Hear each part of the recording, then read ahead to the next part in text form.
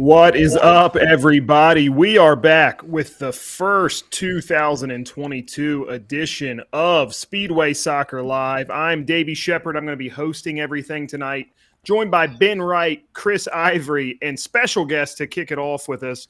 Our man, Tom Bogert, joins us from MLSsoccer.com. Looks like a pint of Guinness in hand. Is that right, Tom? It's a Schmittix, a little red ale action. Schmittix. All right, there you go. Perfect. Listen, Tom drops the Tom bomb today, and so we figured we had to get the guy on. Just give us the details that you've got, Tom. Daniel Rios heads to Charlotte. Yeah, all right, that's a nice intro. I'm here. I'll do the little piano man dance for this. Yeah, Daniel Rios been traded to Charlotte FC for $350,000 allocation money up front plus $150 in incentives. My first read on this is that it's kind of a good thing for all parties. Like when Teal Brownberry was signed by Nashville, I thought the writing was on the wall kind of for Daniel Rios. Like I rate him very highly. I think he's been super unlucky with injuries. I think that if he's somebody like Ben, I know that we've talked about this before. I don't want to steal your take. I think that he'd scored 10 or 15 goals. Like he's like a Brian White candidate in that if he's able to play 2,500 minutes, I think he'd get you goals. He just never had that opportunity with Nashville when it came to injuries. And then TJ Sapong came and took the job. And then Ake Loba came in as a $7 million club record signing. You don't buy him to not play him. And now Teal Bunbury came in to theoretically the Andy Rios backup center forward, or like if you get hot, you're going to start a few games center forward. So I assumed when that happened that Rios was going to be gone. I also was talking to sources, not even in Nashville or not even in Charlotte either, in like, hey, if I was a GM, I'd probably call Nashville about Danny Rios. Like, he seems like, again, like the Brian White kind of thing. And again, I was talking to folks that, like, he's definitely been available, and that's something that has been, I guess mutually beneficial in the sense that Nashville were like, we could get, some money for you, whatever it is, we don't care. Like, but for Rios, like, we want you to have a chance to play. Like, again, when Teal Bunbury was signed, it was pretty clear that you're pretty far down the depth chart. To my surprise, there wasn't a lot of offers. And I don't know if this comes from teams, I guess, spending money elsewhere up top. I don't know if this comes from being worried about his injury history or not. But I thought that there was going to be a much more robust market for Daniel Rios than there was. The numbers come out to something that would suggest that there was a bidding war. From my understanding, there was not. I think that it's a really good deal for Nashville for a player who's deal, like he was under team control for 2 years, but they could have declined his contract option at the end of the season. They had that decision to make in the offseason depending on how this year went. So theoretically, this was a player that Nashville could have let walk for free necessarily this offseason, and they're getting $350,000 plus another potential $150 in allocation and incentives. Like, I think it's a really good deal for Nashville, and honestly, I do think that Daniel Rios has a real chance to play in Charlotte. And again, I'm really hoping that he's going to be fit. I'm really hoping that injuries don't happen because I think he's an MLS caliber striker, MLS caliber starting striker. But, I think that's too good of a deal for Nashville to turn down. Yeah, no, I agree. And especially what you said about him just having potential. I think he has tons of potential. I think Gary Smith has consistently talked about him as the best finisher on the team. So, I think if healthy, he can absolutely be an MLS caliber striker. Nashville can't just wait around for that potential forever. And if there are offers on the table and they have depth up top, it makes sense. It makes sense from his perspective. He can go somewhere where he's higher up on the depth chart and has a shot at playing. Tom, I'm interested in your take just on the fee. I know you said it sounded like there was a bidding war, but the fee would suggest that there was a bidding war, but there isn't. Could it be anything with visa issues for Swiderski and potentially just kind of trying to find an option who can score some goals for him if he has a prolonged absence? So I don't think that you do this so I think that that's a fair assumption to make, just given the state of not Charlotte's necessarily their roster build, but just particularly their attack. In that I reported that Darren Machiz fell through last second, everything was done. They had a Polish winger. I'm going to get him confused with Karol Swiderski. It was Kamil Juzowski, Derby County left winger, Polish international. Those are two deals that fell through within days of each other that they thought they had. So they are scrambling a little bit in attack. But no, like this is a deal that they found in the sense that, okay, like we see you as an MLS starting player, a caliber player. Like, again, I don't know why this waited until, again, days before the season started. I thought that Daniel Rios would have been dealt a long time ago because, again, I thought that there was going to be a market for him. But I again, like, this is no inside information. This is no, I guess, sourcing in the sense that, like, my assumption that deals haven't been on the table for Nashville is that just they're worried about the injury history. Like, I mean, you look at his USL goal record. You look at even his goals to minutes. He hasn't played a ton of minutes in MLS. I think it's like 1,000, 1,100, 5 goals. Like, that's somebody who's an easy, okay, let's take a flyer on him. Let's offer 200,000 and maybe we'll have it. From my understanding, there were no offers of 200,000. There were no offers of, hey, like, what can we do for him? It was more of like, he would be offered by Nashville, or like, hey, would you be interested in this player? It was a lot in the opposite of what I thought, that there was going to be a number of teams asking about him, whether there'd be a bidding war or not. I thought that he would be a really smart, low buy low option that just kind of didn't happen. And the fact that, like, again, so like when I heard the number, that's what I assumed, and then I was kind of told by sources on both sides that no, there wasn't really anybody else. So Charlotte valued him at this level, and Nashville got a deal that, again, I don't know if they would have expected to get, in the sense of like kind of the first club that really came in strong. Tom, so we've got Daniel Rios on the way out. That leaves Bunbury, Sapong, Zubak, and Loba. How do you see those 4 playing out? Like you said, you don't spend $6.3 million on a guy and not play him. Here, 6.8, there you go. On our end looking at it, looks like CJ Sapong is going to be the starter at center forward. Like that's our gut feeling. What do you see the depth looking like behind CJ? And then Hani obviously has been playing off the forward. How does that all shake out in your head? Before that I get stuck in, can I give a quick kick to Ben? Because I saw your depth chart, Ben, today, that you had it as a 3-4-2-1 and 2 with Mukhtar and Loba rather than like Mukhtar as a 10 or Loba as Leal as a 10. Can you tell me if that comes from preseason intel? Yeah, that comes from preseason. That comes from Gary Smith. It really is like a 3-4-2. Like, it's not like last year. It was like you could say it's a 3-4-1-2 or 3-4-2-1, depending on philosophically how you saw where Hani Mukhtar is. You think that this year it's more of like a firmly Loba and Mukhtar could play underneath Sapong? Yeah, no. So we saw the lineup, and I asked. That was my first question to Gary this season. I asked him if he thought, like, just if he could tell us exactly how that front three worked, and he said it's Loba and Mukhtar a little bit underneath Sapong. The thing is, though, I'm not sure if they're going to use that exclusively. Like, I would not at all be surprised if he just puts in Randall Leal for one of those front 3 against Seattle, because he'll drop into midfield. So I think it's going to be a good rotation. But I think he's just, at this point, Sapong, I think, until proven otherwise, he's going to get every chance. Right. And I think he's trying to find ways to get Loba and Mukhtar on the field at the same time. And that seems like the most natural solution, aside from just going all out in a 4-2-3-1 with just the most aggressive front line that he's ever played. Yeah, and that's not in kind of the Gary Smith ethos, and that's not what's made this team so successful. So yeah, like, that was kind of my read of it. Like, when I looked at your depth chart, I assumed that was correct, given your how connected you are to the team, how daily you follow the team.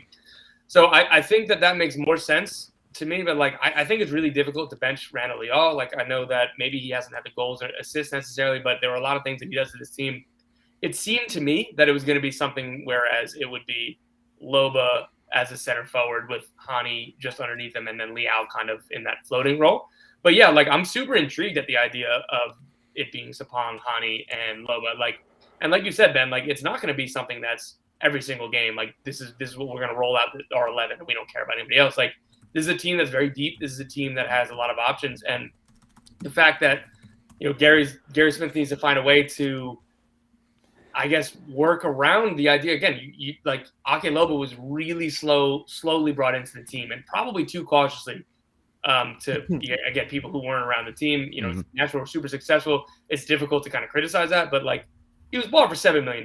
Like, he's somebody who, maybe they were just playing the public card of, oh, we want him to get his feet in. We want him to get his feet in. Like, look, this is a 23-year-old or whatever he is at the time. Like, he's not an 18-year-old. He's bought for $7 million.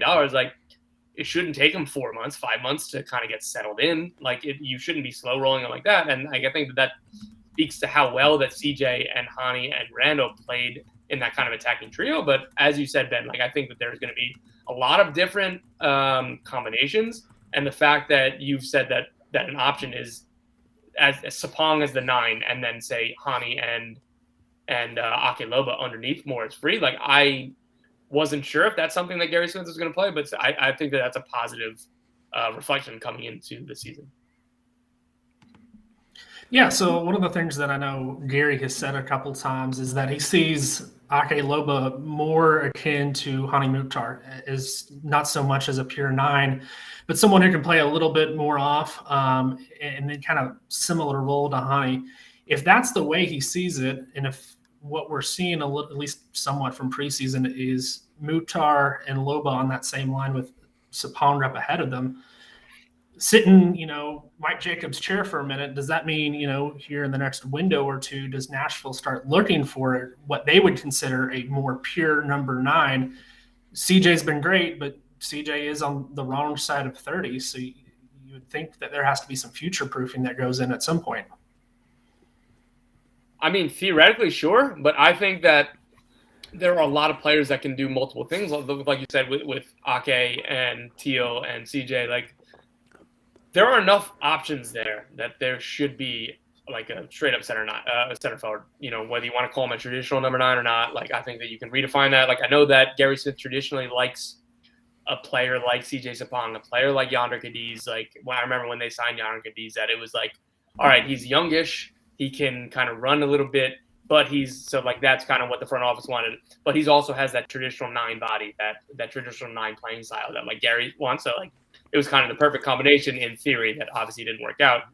But like, I think that there are enough different options for this team. And it shows with last year, like they didn't need more attacking help with, say CJ Sapong as number 9, rather than going out and spending $7 million on Ake Loba or spending whatever it is that all the other teams are spending on center forwards. Like, I don't think that we need to be binary in the sense that like, okay, if Loba is going to play underneath, then they need to sign another 9. I think that it's more of if CJ Sapong is in form and continues to play and like chemistry with these players that they have, that the option is going to be for Sapong to play 9, or if he's not firing, then Loba can play 9 or Bunbury. Or if Loba is playing very well and Randall Leal is playing very well, then Loba goes up to the 9 and Randall Leal plays underneath alongside Mukhtar. Like I think that there's just a lot of different fluid combinations that I don't think that this would suggest 100% that they're going to go sign like a big time center forward in the summer. Yeah, the only other thing I'd say too, I think Matt Doyle pointed this out in his column, is just how Sapong was great last year, but he's also just a really streaky scorer. I think he scored.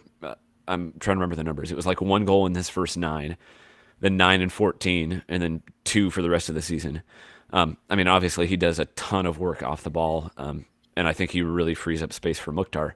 But you have Mukhtar, who I think is probably the only undroppable player at this point in the attack. But then you'd hope that you can find a way to get your DP striker and then Randall Leal, who was a DP last, 2 seasons ago.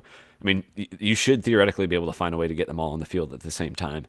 And I think it just comes down to how much risk Gary is willing to take on that front line.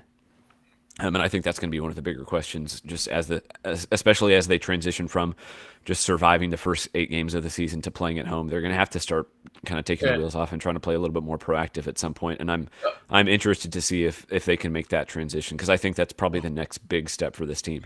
Are you worried about a Gary Smith team being able to play dogmatic and not exactly expansive soccer? Are you worried about that, Ben? Am I worried that he can't? My joke is that they played for not played for a lot of draws. They had a lot of draws. He is respected as a defensive kind of, really dogmatic manager, and a very good one at that. I don't think you have to worry about this team playing to that style. I think, like you kind of alluded to at the second part of that, is the next step of being able to play, Loba, Hani Mukhtar, and Leal together, or, maybe even taking the shackles off further and God forbid going back to the 4-2-3-1 again. Yeah, no, I think that's the next thing that I guess the next phase of evolution for this team is if they can not just kind of react, but if they can be more proactive and be more aggressive going forward. I think you can say they have the pieces, especially in the front line, to do it. Once they get home, once they survive this initial phase of the season, I'd like to see that. I think for me, that's one of the big questions this season. Everybody here knows where to find you on Twitter, but listen, I know you just started a new Spaces and a new podcast. Kind of drop the info for that, plug that so everybody knows where to find it. I made a Twitter Spaces that I thought I was just going to do Spaces, and then there seemed to be, surprising enough to me, I guess with all my self-doubt and assuming that people would listen to you guys and listen to Extra Time and all these other great podcasts around the league, there was a market for me to download the Spaces and turn it into a podcast.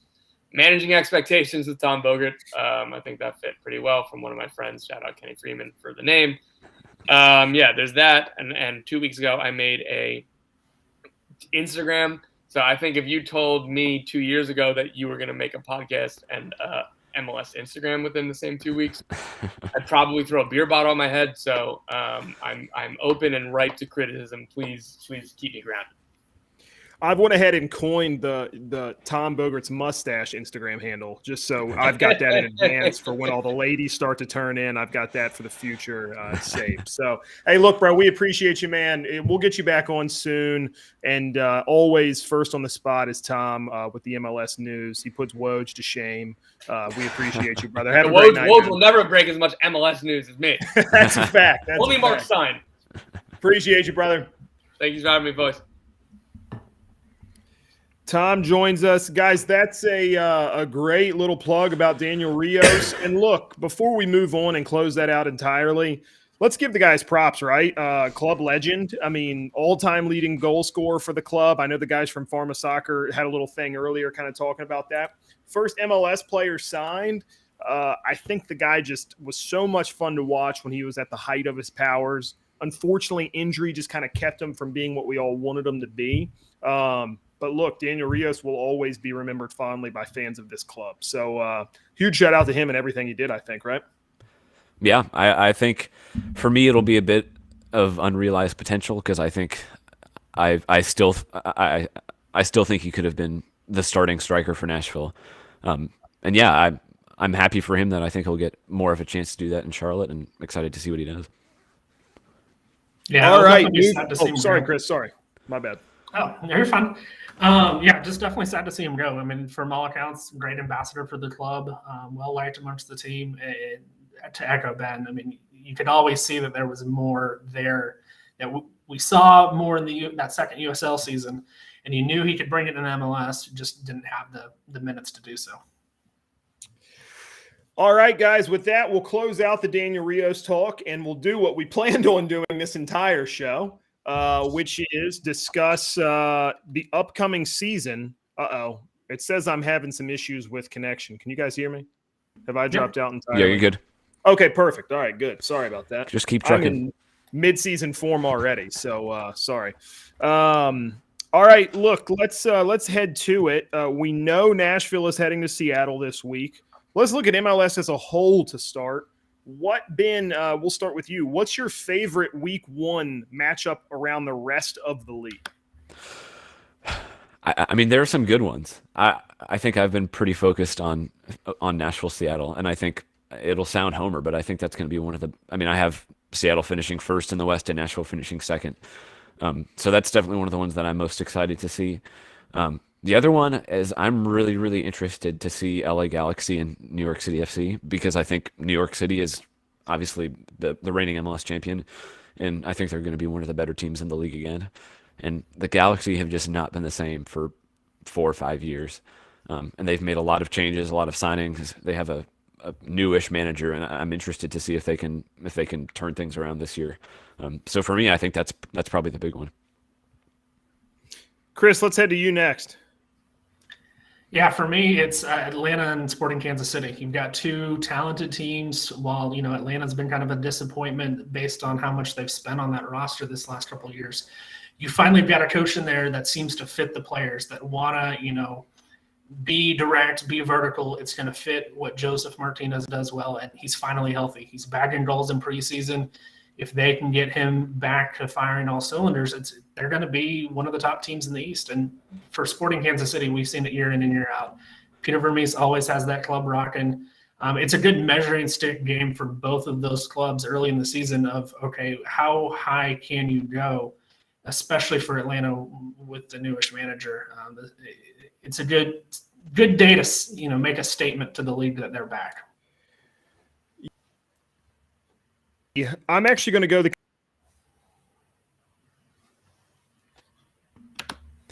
think we may have lost Davey. Yeah, we've lost Davey. Okay, Chris, let's just keep this rolling until Davey gets back.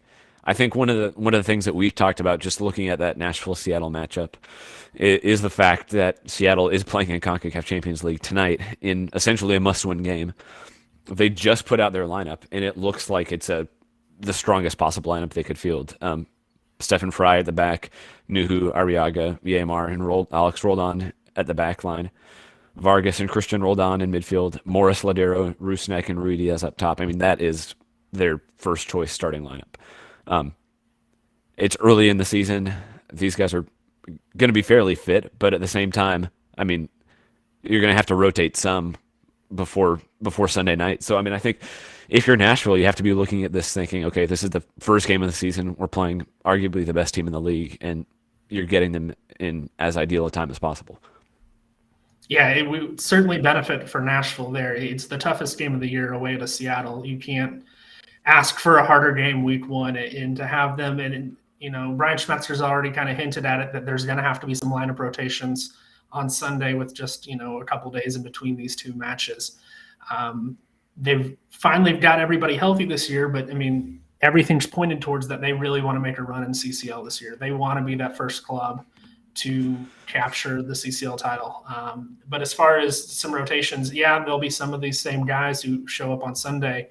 But for the ones who really only started training fully with the club this week, João Paulo, for one, probably won't see on Sunday, or at least we see maybe a cameo.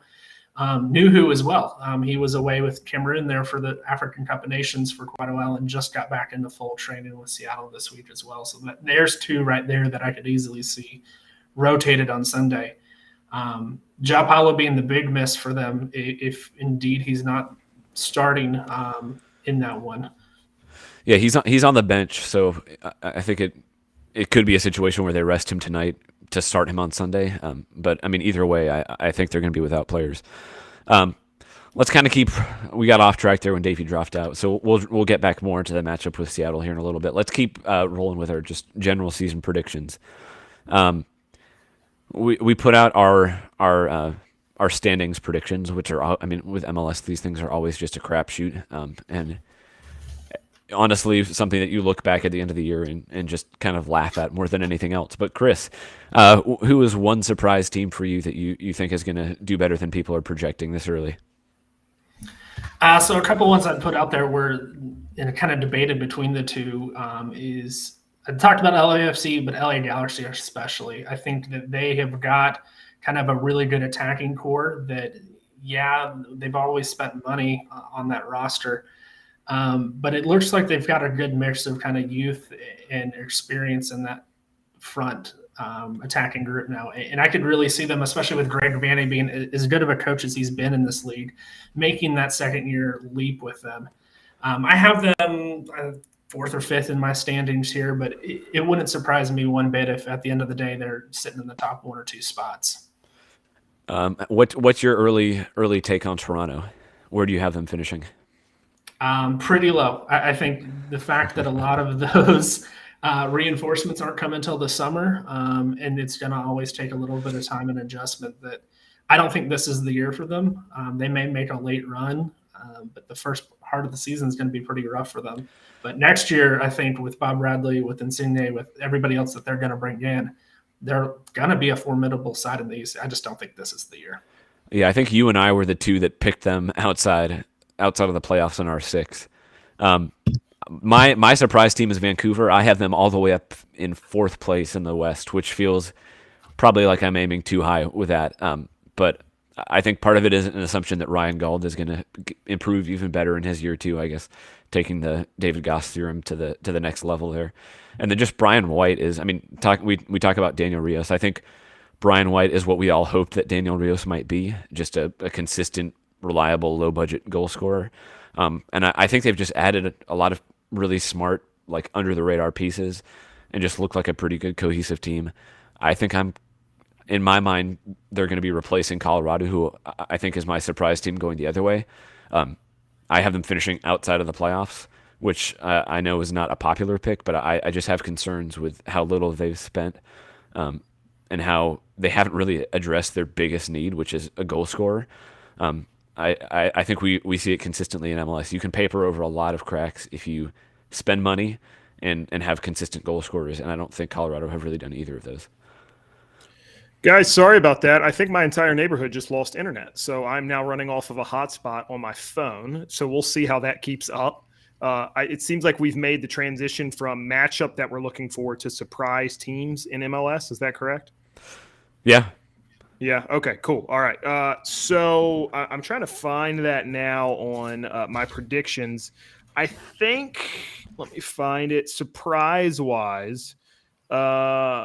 Let's see. I guess for me, and it shouldn't be a surprise to anyone, I've got Chicago Fire making the playoffs, which I had them making the playoffs last year. So I think I was just like a year ahead of schedule, possibly, for what I think that team can be. Obviously, the Shaqiri signing is big. I still think it's probably going to be tough. I've got them in the 7th slot in the East.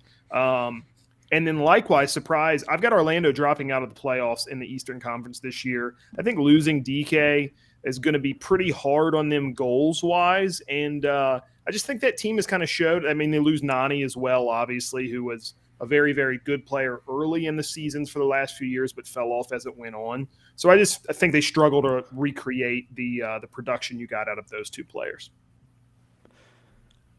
Yeah, no, I think that's fair. I think most of us picked Chicago to finish in 7th. Yeah, I think a few of us did, right? Yeah, I mean, I think the Shaqiri signing for sure kind of pushes them over the edge. But I mean, even before that, I think, excuse me, I think signing Ezra Hendrickson as the head coach was just a really, really smart move. And I think a lot of their issues in the past have been managerial. But then they've just made a bunch of really smart, like MLS 3.0 pickups, getting a lot of young attacking players. They went and got Kasper Shabilko from the Philadelphia Union, which, I mean, you can argue about if they overpaid or not. But like we were just talking about with Colorado, like one of the biggest issues is getting consistent production from your forwards, and he's done that. So yeah, I mean, I don't think they're going to win the East by any means, but I think they're going to be a lot better than they were last year. Yeah, and we said this last year. I mean, I know I picked them to make the playoffs, which I think was a bit of a stretch, but 2 years ago, I just think they were one of the hardest teams to play against. Like the way they possessed the ball, and Gary mentioned that over and over again. I think he called them the best footballing side they played all year at one point. And I think that they can just make that step. Now, it all comes down to, do they actually do it or not? And I think 7th is like the right place to have them. Like you said, I don't see them finishing with a home playoff game or anything like that. But for that team, I think it's the longest streak of not making the playoffs in the league right now. Is that right? I believe so. So yeah, I mean, if you can just finish 7th, that's a huge accomplishment for this side. I know that sounds funny when you sign a guy like Shaqiri, but I think that's it to me. If they can just get in the playoffs, that's a successful season for Chicago. And hey, I would say they're starting in a pretty successful place right now with the new rebrand. Looks super sharp, logo, colors, all that stuff. So I think that team just needs to generate some more buzz and get the city back behind them. I mean, anything is better than what they had last year, right? You know, I kind of loved it. I know I'm weird, but it's objectively, I think their old logo was horrendous, and I'll get shot for that, I'm sure, on Twitter or whatever. I like that Chicago Fire hero worship thing. I thought was very weird. The new one I think is very cool and much better than last year's. Do we want to just rapid fire some of the individual predictions we made? Yeah, let's do it. I think that's good. Where do you want to start? Let's go Golden Boot. Sorry, I've lost my head a bit. I'm just kind of getting back into it now. No, you're good. Let's just go in order that we put them out in the piece on Broadway Sports. Let's just start with Golden Boot. I have LAFC's Christian Arango, who just bangs in goals, gets a lot of penalty kicks, and I think in an LAFC team that a lot of people are predicting to kind of bounce back. I think their starting 9 should have a good shot. Chris? Yeah, I had Raul Ruidiaz. I think that attacking line behind him is all healthy. He'll have plenty of opportunities. And for him, too, you've got to think he's going to be highly motivated. Right now, Peru is sitting in a playoff spot to go to the World Cup. If they do qualify, he knows full well that he needs to be in form, firing in goals if he wants to maintain that starter spot up there. So for me, it's Ruidiaz, and you'll see kind of a theme throughout. I think Seattle's going to be the team to beat this year. Yeah, I'm right there with you. I've got Seattle as the Supporter Shield winners this year. I think they're going to be very, very good. And I've got Rui Diaz being Golden Boot winner as well. I just think he's kind of, I don't know. I think unlike a lot of players where in Seattle seems like a team where they've got so much talent that they'll be fine no matter what. I really just think he's like the straw that stirs the drink there, man. I think they just rely on him so much. And I mean, if you're saying they're going to be as good as I think they will, and you too, Chris, I think he's got to be close to winning the Golden Boot. So that's what I would go with that. Defender of the year next, Ben, I'll roll along. I got Walker Zimmerman. I think he would be the second person to ever win it 3 times in a row. I just, who beats him? You know what I mean? There's some good defenders in this league, but again, I'm saying I think Nashville is going to be the second best team in the West. I think they're going to be one of the best teams in the league. If they're going to do that, they're going to have to be very good defensively. If they're going to be very good defensively, Walker's going to have a great season. So I just don't see it happening any other way. I mean, and I think it's a narrative-based award too in a lot of ways, and just with it being a World Cup year and with him playing such a big role recently for the U.S., I think – I mean, I know it's supposed to be an MLS-based award, but his national team performance and kind of pedigree that he's developed over the last 6 months, I think that's going to play a huge factor into it. And it kind of feels like he's past Miles Robinson in that U.S. roster a bit. I mean, that can obviously change in the next window because it feels like it changes fairly consistently. But at the moment, I think that's just where I am as far as this prediction. Yeah, for all the reasons. Yeah, for all the reasons you said, it's a narrative award.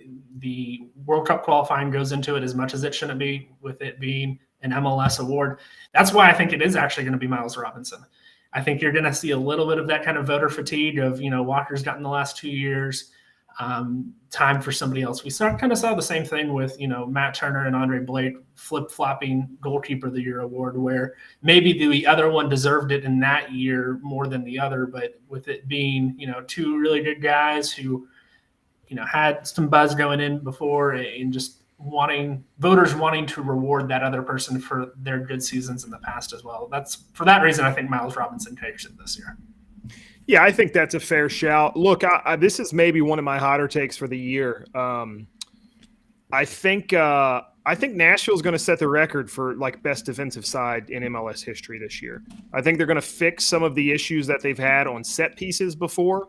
I think they get back to more like we saw 2 years ago, where they're a little bit tighter there. I think if they do that, it's just going to be one of those teams. Maybe they're not the best, but I think they're going to be right there, second or third best of all time. And I just think you don't – again, I just – if they're going to do that, Walker's going to be one of those dudes who helps them do it. And look, I think last year I gave that example on Nashville Soccer Show of I actually thought Walker was – through the first quarter of the season was the worst defender on the team.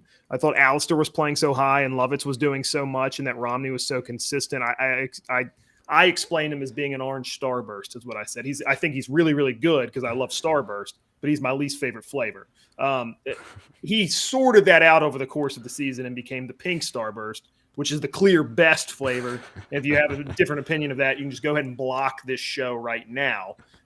And he's just everything to this team. So I think Walker wins it again, but Miles would be, I think, the A1, right? He's that other guy who you could make an argument had just as good of a season last year, right? And that voter fatigue maybe pops up there. MVP's next, Ben. Who do you have? I went way off script and went with João Paulo for Seattle, which I don't know if there has – I haven't gone back and checked. I don't know if there's been a central midfielder who's won it before. But, I mean, yeah, I think we all think Seattle is going to be exceptional. And like we saw last year, I think this award typically goes to the best player on the best team. It could be Rui Diaz. I think there are questions about Lodero's health. Jordan Morris is coming back from injury. And I think João Paulo was arguably their most consistent player last year. And even with some of their issues last year, he still put in an MVP caliber season. I think he was in the running right up until the end. So, I wouldn't be surprised if he just keeps that going. And if they're as good as we think they're going to be, I think he's a legitimate choice. Chris? Yeah, so I've got Rui Diaz for this one. It's a narrative award like all the rest of them. Seattle's going to be right there at the top. And for me, it goes back to voters like to sometimes award this a little too early in the season. And Rui Diaz is one who, for all of his time in MLS, when he's been an elite level striker, he just hasn't put it together all for one season or really just stayed healthy enough to grab any of these major awards. And I think there's going to kind of be a push to get him one, especially if Seattle's hot and he's putting in goals like I think he will be. Chris, I think that's a great point about they vote on this award or decide on this award a little bit too early in the season. I think last year was really a really strong example of that, of what Heel was able to do so early. And then I think Hani really ran him down. And obviously we see Hani, every week. And so not everyone does. I have Hani winning it. I think, again, my predictions are out there and we'll get through all of it. I have them finishing second in the West. I have them winning MLS Cup. I think this team is really, really good. I think they're going to be great defensively. I think Hani is going to be just the best offensive player in the league. I think he was the best offensive player in the league last year. Now, the counter argument to that, and Doyle and a lot of those guys have pointed out, the natural thing is after a person has a career year, they regress to the mean. But I just think this team's going to be better offensively as a whole. I think Randall Leal is getting better. I think they're going to get more production out of right wing back this year than they did with Alistair Johnston in the past. And I think Ake Loba is going to be better than anything else we've seen at center forward. I think CJ's still going to be at the level he was. Bunbury's going to be good. I think Zubac is going to be a great player off the bench. But I think Loba is going to be another guy who can produce secondary scoring at a really high level, at a DP level like Yonner Cadiz never did. And so I think adding that into the mix, I just think Hani's going to amp up the assist even more, and I think score more goals. So I'm very, very high on Hani this year. I think technically speaking, he's one of the more fun players to watch in the league. And, we'll take shots for that, I'm sure. But you can't tell me too many people in the league are like out-and-out favorites in front of the guy, right? He's got to be close to the top. Yeah, give me pushback. I figure you've got some. No, I don't. I think it's going to be the same issues that we saw last year. It's a narrative-based award. I think you know this probably more than I do, just about Nashville sports in general. I feel like just national media doesn't always necessarily give Nashville the respect that we think they deserve. And I know we're probably, there's a bit of proximity bias here going on for sure. But yeah, I think he was better than Gilles last year and didn't win it. So I don't know. I think it would take a lot from not just him, but from Nashville, like winning a trophy or making it deeper in the playoffs. But I mean, yeah, I don't know. I'm not optimistic, but anything can happen. Yeah, I think that's fair. Again, I think you're spot on about Nashville players. Maybe not. I mean, we see that with Roman Yossi. I think we've seen that with Derrick Henry. There's kind of a lot of those types of players who you think should maybe be getting a little bit more national praise than they do. To fairness of guys like Tom and all them, I think they all praised the hell out of Hani last year. They just thought Carlos. I think Tom might have voted for him. Tom might have, yeah. I know Weeby and some of those guys were a little bit more heavy towards the end of the season of like Hill had already won it. And so I think, it's an interesting one. And I think I've made my predictions on how I think the season plays out. And maybe I'm like chicken and egging it a little bit. But I think if Nashville's going to be as good as I think they can be and should be, those two got to be guys, Zimmerman and Hani both have to be near the top of their respective positions in the league. I totally blanked on the fact that you vote for like the day after the regular season ends, so playoffs won't have anything to do with it. But I think if Nashville's as good as you think they're going to be, then he might have a shot for sure. Yeah, I think that's right. So that kind of transitions naturally here into we've already talked a little bit about Nashville as a whole. Real quick, just hit it with your Supporters Shield winner and your MLS Cup winner. We'll start with you, Chris. So I had Seattle for both, but I'll give you a real quick dark horse. I think Columbus may be one that surprises. The East is pretty weak this year. You have that every other year. Caleb Porter teams do well. And then a lot of the teams at the top of the East, they're going to be losing star players this summer, whether it be New England, New York City, et cetera, down the line. So that's one that could surprise. I have Columbus missing the playoffs, so I'm going to push back there. I have Seattle winning Supporter Shield and Atlanta United winning MLS Cup, which I guess could also count for my dark horse, just as bad as they've been recently. But I think their front line is really good. I think Joseph Martinez is finally healthy. and I think Gonzalo Pineda is a fantastic coach. So I'm really excited to watch them. I mentioned it already. I've got Seattle winning Supporter Shield. I've got Nashville winning MLS Cup. So if I hit any of those three, I'll be pretty thrilled, actually. Walker, Hani, or Nashville winning MLS Cup. Clearly, I think Nashville winning MLS Cup would be the best thing for the city. But having an MVP would be a pretty powerful thing, too. So I think any of those would be good. Let's talk a little bit about Nashville specifically, guys, this season. I'm going to scroll through real quick. I have them finishing second in the East. Chris, you've got them at second. Ben Wright, you've got them at second as well. It's pretty wild. Unanimous there. Ben and I said East. Andy's right. It's the West now. Sorry about that. It won't be the last time that I do that. So I can promise you that. Look, you'll get used to it just in time for them to move back to the East next year. Yeah, exactly, right? Something very specific that I think people out there will be interested in, and it ties right in with what we've got with Seattle. Nashville's on the road for the first 8 matches of the season. I know you two had a little board going of expected points, and I brought this conversation up earlier. Chris, I'm going to start with you. How many points do you see Nashville taking out of those first 8 matches on the road before playing Philadelphia Union at home? So I think when we tallied it up, I had it out at 7 points. But if they can get anything there, or really your markers are going to be 8 points. You want to get 1 point per every away game. It's kind of the general marker that you want to hit in order to maintain your pace for the playoffs. But the one downside is that of those 8 games, you've got some harder opponents. I think initially I had Seattle marked as one that I would probably chalk that up to a loss, but given what we talked about earlier in terms of some of the squad rotation that they have, maybe that's one where Gary and company thinks that they really should come out of that game with a draw. So while I had 7 points, 7, 8, 9, somewhere in that range is where I think they probably end up. Ben, what do you got them at? Yeah, I have them finishing with 9. I think I have 2, I'm trying to do the math in my head. Two wins, 3 draws, 3 losses. I think I picked them to draw in Seattle, which I think would be a huge result. I think there's some winnable games though. I mean, they play in Dallas, who I think are going to struggle this year. They play in Salt Lake, who made the playoffs, but I mean, I think they were worse than their standing last year, and I think they're probably. I'm probably being too harsh on them, but they lost Rusnak, who was one of their best players, and I think they're going to struggle this year.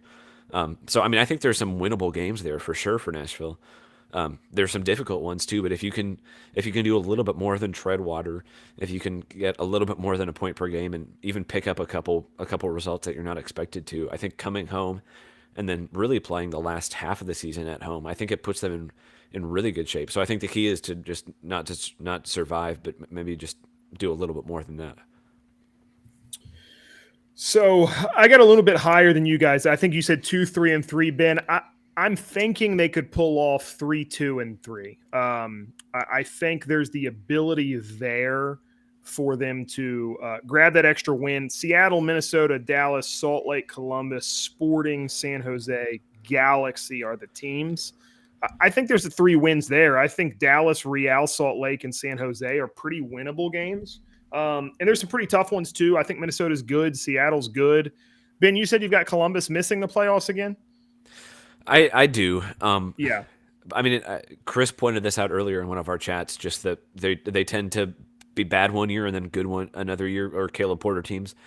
So they, based on past history, they're going to turn it around and be good again this year. I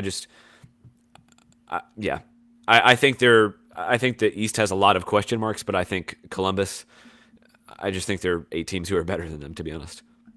I think I had them in 6 of 7. But I think that they will start out the season pretty good. I'd be interested to see how they kind of carry that on throughout the season. That's kind of my thought there. Sporting Kansas City, I think it's a good team, hard place to go play. I could see that one being a loss. Look, I'm just interested to see these first few, really. I think I would think one out there just put everything in your bank account on a 1-1 draw in this first game of the season. Like it's Gary Smith away in the first game of the season. I would smash the 1-1 draw. But we'll see. Seattle's a really good team. They're hard to play at home, and it's turf. We saw Hani already today say he hates playing on turf. It doesn't suit his game well. Nashville isn't used to it in the way that they are. They've been practicing on it, though.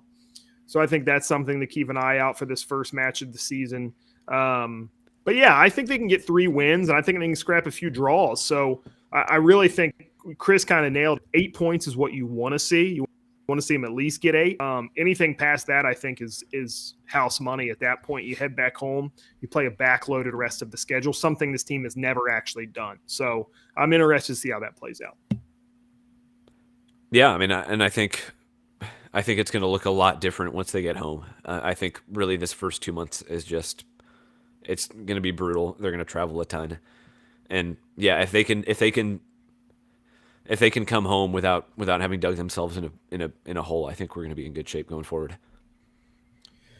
All right, guys. Well, look, the first match of the season, we've done some season preview. We've done Rios on the way out, is against Seattle. And this is a good team, playoff team last year, one of the best teams in the league. I think safely the best run franchise in all of MLS. They're the standard that Nashville hopes to kind of compare themselves to. And Ben, I think a few years ago, we kind of came in saying, hey, if Nashville could be like a Portland to Atlanta, Seattle, that would be a really, really good place for them to kind of fit into the landscape of the Eastern Conference. I think Atlanta's kind of coughed it up here. They've fumbled the ball a bit. I think Nashville's got the chance to kind of establish themselves as that Seattle-type team in this region of the country. What do you guys see happening in this first match? I kind of put my cards on.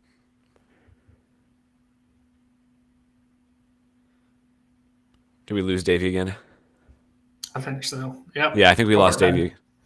I'm going to push back on what he said now that he can't defend himself. I don't think Seattle. I don't think Nashville's past Atlanta, just because I think Atlanta has that MLS Cup win, and I think until Nashville does that, it's going to take a lot. Yeah, I mean, excuse me.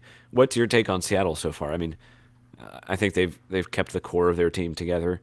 And like Davey said, I think they're the best run team in MLS. What's your take on them, and how do you think they stack up against Nashville? Yeah, I mean, I'm with you. They're the best run team in the MLS. I mean, like my predictions had them win the Supporters' Shield, winning MLS Cup this year.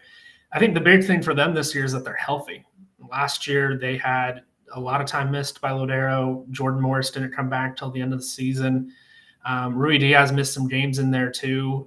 So just the fact that they did so well, even missing all those pieces, it tells you, Brian Schmetzer runs a really good program. No matter what, some guys are going to step up when they're asked to fill a role. So if you have those role guys, add in getting all those DP-leveled attackers back, and then, we're going to go sign Albert Rusnak and add him to the attacking core too. It's unreal, the plethora of riches that they have this year. And so that's why, I think they're a tough out. Luckily, it's like what we've been talking about. If they do have to rotate, we may have caught them at a good time. So maybe those expectations go from, we're probably going to lose this game to Gary Smith special. Go get yourself, a 0-0-1-1 draw and come out of a point, because that's a big point in the end of the day.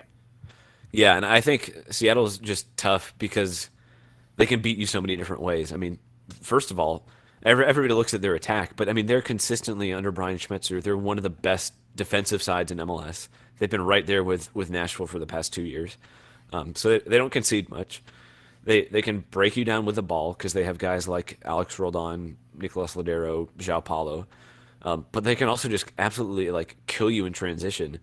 So they can sit deep and absorb some pressure, and then just nail you going forward with. Jordan Morris, when he's on form, is one of the most dangerous counterattacking players in MLS history, up there with Miguel Almiron.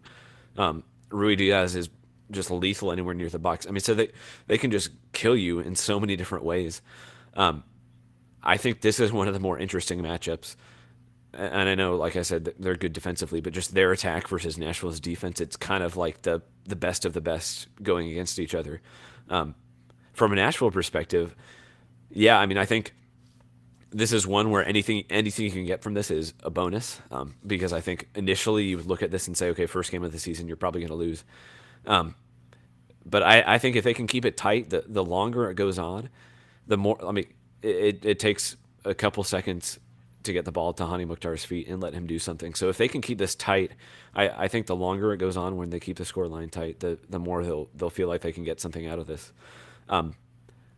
how do we think they're going to line up? Do we think they're going to go all out and do the 3-4-3 that they rolled out in preseason with a pretty aggressive front line of Hani Mukhtar, CJ Sapong, and Ake Loba? Or do you think we're going to see any kind of curveballs from Gary Smith?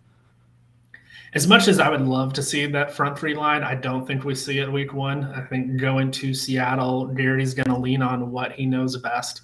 And I think we'll kind of see what that typical lineup was to end the season last year, where it's, the three in the back, the two wing backs, the two holding mids, which is a real question of which two of the three between Davis, Godoy, and McCarty get the start. You can't go wrong either way in that. But I think you see Randall Leal out there instead of Ake Loba, just because Leal gives you a little bit more defensively. If you were wanting to play a little bit more high pressing style, Loba would make a lot of sense. But away to Seattle with that attacking core that we've talked about, I think you add in Leal, let him solidify that defensive block, and then if you need to go grab a goal late, you can bring on a fresh Loba to make that difference. I think the other thing that I'm looking at is just midfield. We've talked about it all season, but I mean, Sean Davis was obviously the big acquisition this offseason. Does he get a start, and at whose expense does it come? I'm kind of expecting it. Gary will go with a Godoy and Sean Davis midfield, which leaves Dax McCarty out. I don't know. I just think right now that's probably the strongest midfield pairing. But I think that even more so than the front line, I think that seeing who he picks in midfield is the biggest question for me. Chris, what's your final score prediction? I've got it at 1-1 now. I think before you really can kind of consider the lineup changes, I would have probably said, an 0-1, 0-2 type of loss. But I really think that the midfield is going to be key here. If there's any pieces missing from their preferred starting 11, Nashville's got one of the best midfield cores in the league. Sean Davis and Godoy, I think that's probably going to be your starters as well. And if they've got any kind of second choice guys in there, I could see Nashville having the edge in the midfield. And if that's the case, I like their odds to go get a point in Seattle. Yeah, I think I'm probably going to go 1-1 too. I think, like you said, I was a little bit pessimistic, but with Seattle having to field such a strong lineup, I think it's a good chance for Nashville. And I mean, we've all picked Nashville to finish pretty high, so we're clearly pretty high on this team. And I think if they're as good as we think they're going to be, a result right now would be a good way to start the season. Guys, we had some technical issues with Davey. He went full shepherd and dropped out. So I guess Chris and I are just going to wrap things up here. Stay tuned. We're gonna have a match preview coming out here on BroadwaySportsMedia.com here, previewing the Seattle match. We'll have all the recaps and everything afterwards. We're gonna do more of these podcasts regularly. It's been a weird off season, and we haven't done these as much as we'd like, but we're gonna get back into the swing of these and hopefully do these every week. So stay tuned for those. Thanks to Broadway Sports Media for hosting us.